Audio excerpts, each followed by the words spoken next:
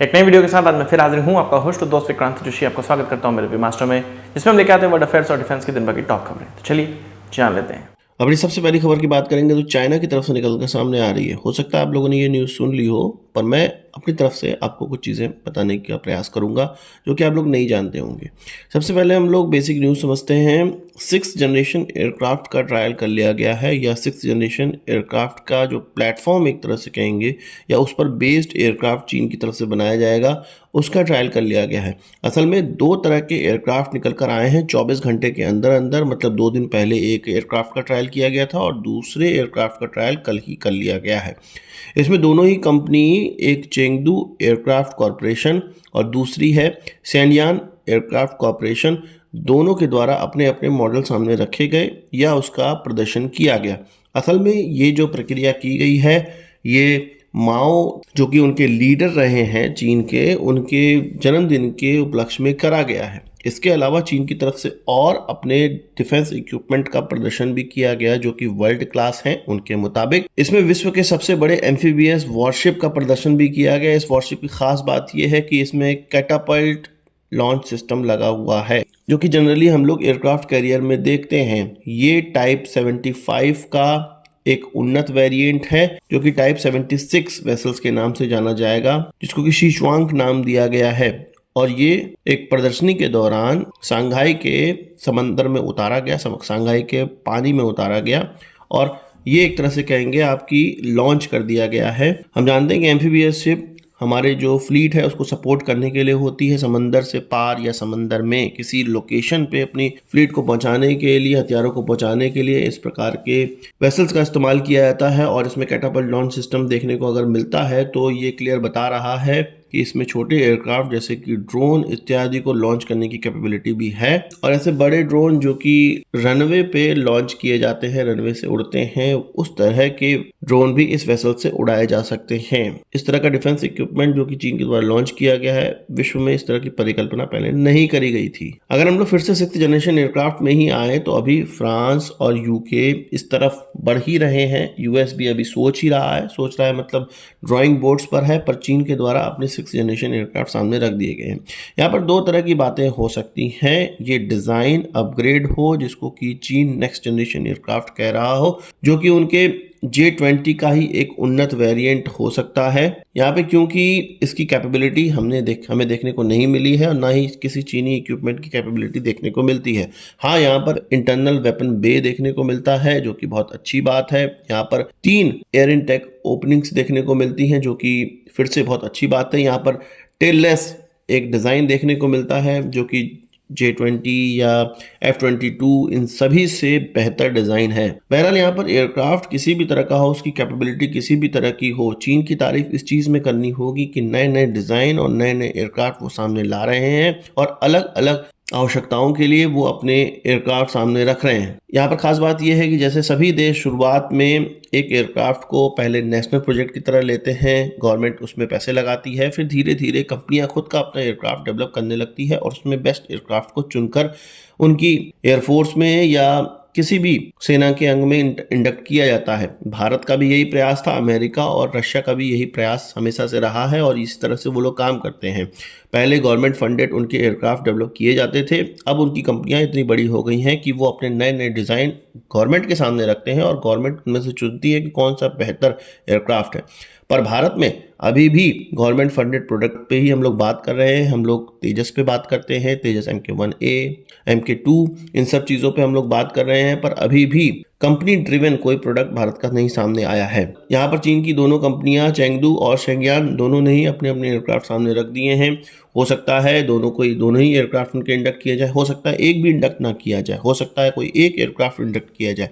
पर बात यहाँ पर यह है कि उनका कंपनी का जो कंपटीशन है ये उस लेवल पर पहुँच चुके हैं और भारत अभी भी बहुत ही इनिशियल स्टेज पे है। वहीं अगर भारत के तेजस की हम लोग बात करें तो तेजस MK1A, जिसको कि एक ट्रू लड़ाकू विमान हम लोग कह सकते हैं, जो कि भारत या भारतीय एयरफोर्स बहुत समय से इंतजार कर रही है कि इंडक्ट हो जाए, वो 1 साल डिले चल रहा है इसी कारण और दूसरे पे डिपेंडेंसी की वजह से कि उसके इंजन हमें नहीं मिल रहे हैं। यहाँ पर 97 और एयरक्राफ्ट का ऑर्डर इंडियन एयरफोर्स की तरफ से दिया जाना है, उसका नेगोशिएशन HAL से चल रहा है। इंडियन एयरफोर्स इस एयरक्राफ्ट से क्लियर बता रही है कि हम खुश हैं, हम तुमको इसका और ऑर्डर दे रहे हैं, पर डिलीवर तो हो। तेजस MK1 जो डिलीवर हुए हैं, 40 एयरक्राफ्टों का पहले शुरुआत में ऑर्डर दिया गया था, जो डिलीवर हुए हैं वो अच्छी बात है, किसी भी कंट्री के लिए शुरुआत करने के लिए अच्छी बात है। पर दूसरे वेरिएंट को डेवलप करने का मतलब ये है कि पहले वेरिएंट से हम बेहतर एयरक्राफ्ट चाहते हैं, और एक ऐसे वेरिएंट जिसको कि तेजस MK1A का नाम दिया गया है, उसका इतना ज़्यादा डिमांड और उतना ज़्यादा इंडक्शन करने को भारतीय वायुसेना तैयार है, पर उसकी डिलीवरी नहीं हो रही है। तो भारत का जो एविएशन सेक्टर है, या हम कह सकते हैं एरोस्पेस सेक्टर है, वो चीन से बहुत बहुत बहुत ज़्यादा पीछे है, ये हमें मान लेना चाहिए। आपका इस पर क्या कहना है कमेंट बॉक्स में ज़रूर बताइएगा। वही बात कर लेते हैं ड्राई कावेरी की, जिसको कि हम लोग अपने अनमैन्ड कॉम्बैट एरियल व्हीकल घातक में लगाना चाहते हैं। ये गोदरेज एरोस्पेस के द्वारा मैन्युफैक्चर किया जा रहा था। ड्राई कावेरी फरवरी में अगले साल ये प्राप्त हो जाएगा, और इसको IL-76 एयरक्राफ्ट में लगाकर इसका फ्लाइट ट्रायल भी अगले साल ही किया जाएगा, जो कि मॉस्को में होगा, रशिया में होगा। किसी भी इंजन को जब पहले ग्राउंड में ट्रायल करने के बाद जो डिजायर्ड थ्रस्ट होता है वो मिलने के बाद उसको एयरक्राफ्ट में लगाया जाता है, ताकि ऊंचाई पे उड़ने पे ये डिजायर्ड थ्रस्ट दे रहा है कि नहीं दे रहा है। 48 किलो न्यूटन के थ्रस्ट के लिए इस इंजन को डेवलप किया गया है। डेवलप क्या किया गया है, जो कावेरी इंजन प्रोजेक्ट है उसी का ये एक वेरिएंट है, जो कि ड्राई कावेरी के नाम से जाना जाता है, जिसमें कि आफ्टर बर्नर नहीं लगा होता है। गोदरेज एरोस्पेस को सितंबर 2022 में इसके 8 मॉड्यूल को बनाने का ऑर्डर मिला था, मतलब 8 अलग अलग प्रकार के थोड़े थोड़े चेंजेस करके इंजन्स बनाने थे, जिसका डिज़ाइन वगैरह सब उनको दिया गया है, और उन सब 8 मॉड्यूल को चेक किया जाएगा, ट्रायल किया जाएगा। बेस्ट चीज़ इसमें से निकलकर सामने आएगी। तो हम आशा करेंगे कि जल्द से जल्द ये प्रोजेक्ट तो एटलीस्ट कंप्लीट हो जाए, 48 किलो न्यूटन का ही डेवलप हो जाए। जो हमें ड्रोन में इंजन लगाना है एटलीस्ट वो हमारे देश में बनना स्टार्ट हो जाए। बात कर लेते हैं बांग्लादेश और पाकिस्तान की क्लोजनेस की। पाकिस्तान की ISI की तरफ से बांग्लादेश के अब रोहिंग्या लोगों को हथियार दिए जा रहे हैं, ये निकल कर आया है, बांग्लादेश के मीडिया में ही निकल कर सामने आया है। यूनेस्को के द्वारा पाकिस्तान से बात करके जो रोहिंग्या है वहाँ के, जो कि म्यांमार से भाग कर आए हैं या जो बांग्लादेश के अंदर कुछ रहते हैं, जो कि उनके कैंप्स में रहते हैं, वहाँ पर रोहिंग्या मिलिटेंट्स ग्रुप बनाए जा रहे हैं कॉक्स बाजार के अंदर, और चट्टोग्राम से कॉक्स बाजार तक वेपन्स पहुँचाए जा रहे हैं। ये वेपन्स इस्तेमाल किए जाएंगे अराकन आर्मी की तरफ से, जो बांग्लादेश के अंदर घुसपैठ कर दी गई है, उनके बॉर्डर इलाकों को कब्जा कर लिया गया है। तो ये हथियार इन रोहिंग्यास को दिए जाएंगे, मिलिटेंट्स ग्रुप्स को दिए जाएंगे, और वो अराकन स्टेट में शरिया लॉ एस्टेब्लिश करने के लिए प्रयास करेंगे। मतलब एक तरह से आप कह लीजिए कि जो म्यांमार के जुंटा राज के खिलाफ लड़ रही जो ग्रुप है, उनके विरोध में रोहिंग्यास को मजबूत किया जा रहा है। मतलब आतंकवादी ग्रुप एक बनाया जा रहा है, जो कि म्यांमार के अंदर घुसपैठ करके धीरे धीरे बांग्लादेश का प्रभुत्व पहुंचाने का प्रयास करेगा। मतलब इसको एक सरिया से जोड़कर रोहिंग्यास को बेवकूफ़ बनाकर वहां पर काम करवाया जा रहा है, और ये पाकिस्तान की आड़ में हो रहा है। कई हथियार पाकिस्तान की तरफ से बांग्लादेश को पहुंचाए भी जा रहे हैं। यहाँ पर पाकिस्तान की तरफ से कुछ आड़ भी ली जा रही है कि हम बांग्लादेश को खाद्य सामग्री पहुंचा रहे हैं, पाकिस्तान ये कह रहा है, और उसके अंदर हथियार भी पहुंचाए जा रहे हैं, ऐसी भी खबरें आई हैं।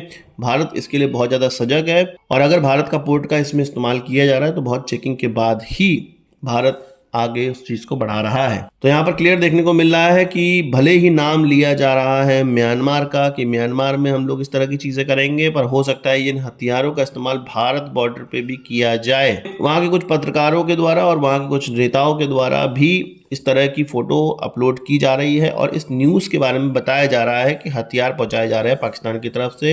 हथियार और एक्सप्लोसिव दोनों ही अराकन आर्मी के खिलाफ जो मिलिशिया ग्रुप खड़ा किया जा रहा है बांग्लादेश के द्वारा। अब बांग्लादेश तो मिलिशिया ग्रुप खड़ा नहीं कर सकता, कोई और ताकतें इसके बीच में हैं, तो उनको ये हथियार पाकिस्तान के ISI के द्वारा पहुंचाए जा रहे हैं। आपका इस पर क्या कहना है कमेंट बॉक्स में ज़रूर बताइएगा। आज की इस वीडियो के लिए बस इतना है। आशा करता हूँ वीडियो पसंद आया होगा। आप इसको एक बड़ा thumbs जरूर देंगे। इस वीडियो संबंधी सवाल सुझाव हो कमेंट बॉक्स में जरूर लाइएगा, और यदि आपने हमारा चैनल सब्सक्राइब नहीं किया उससे भी कर लीजिए, क्योंकि हम इस प्रकार की वीडियो लाते रहते हैं। नमस्कार, थैंक यू, जय हिंद।